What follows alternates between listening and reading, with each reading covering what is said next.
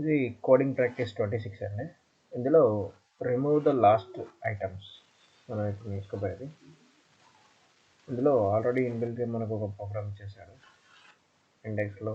So for this problem the prefilled code will contain a list. Already ఒక list ఉంది. Write a program to remove the last n items in the list. అంటే last n items మనకి ఇక్కడ ఇన్పుట్లో 3 అని ఇచ్చాడు. అంటే మనకు లాస్ట్ ఈ 3 ఇందులో లాస్ట్ 3 ఐటమ్స్ మనం రిమూవ్ చేయాలి. అంటే జావా స్క్రిప్ట్, పిహెచ్పి, ఎస్క్యూఎల్ ఈ మూడింటిని మనం రిమూవ్ చేయాలి.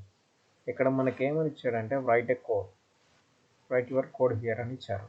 సో మనం ఇక్కడ ఏం చేయాలంటే for example n equals to input. మన ఇన్పుట్ ఉంది కదా, ఇన్పుట్ ఎంత మనకి 3 వచ్చింది కాబట్టి 3 పెడతాం.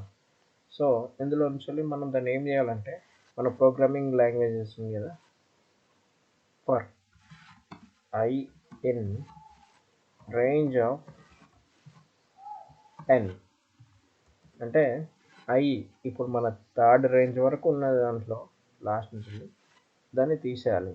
సో కాబట్టి for I in range of nలో మనం ఏం చేస్తున్నాం అంటే ప్రోగ్రామింగ్ లాంగ్వేజెస్ డాట్ పిఓపి అంటే పాప్ అంటే తెలుసు కదండి, మన అందులో నుంచి లాస్ట్ ఐటమ్స్ని రిమూవ్ చేస్తుంది.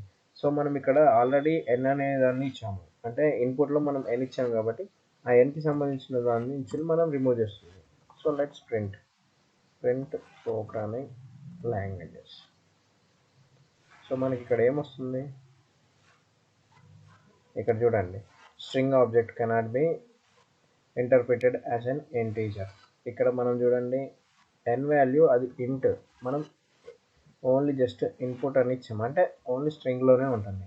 సో దాన్ని ఇప్పుడు చేంజ్ చేసాం కాబట్టి ఇంటికి కన్వర్ట్ చేసాం కాబట్టి ఇప్పుడు మళ్ళీ చేద్దాం. సో చూడండి ఇక్కడ చూడండి, మనకు లాస్ట్ 3 ఐటమ్స్ అనేవి రిమూవ్ అయిపోయాయి.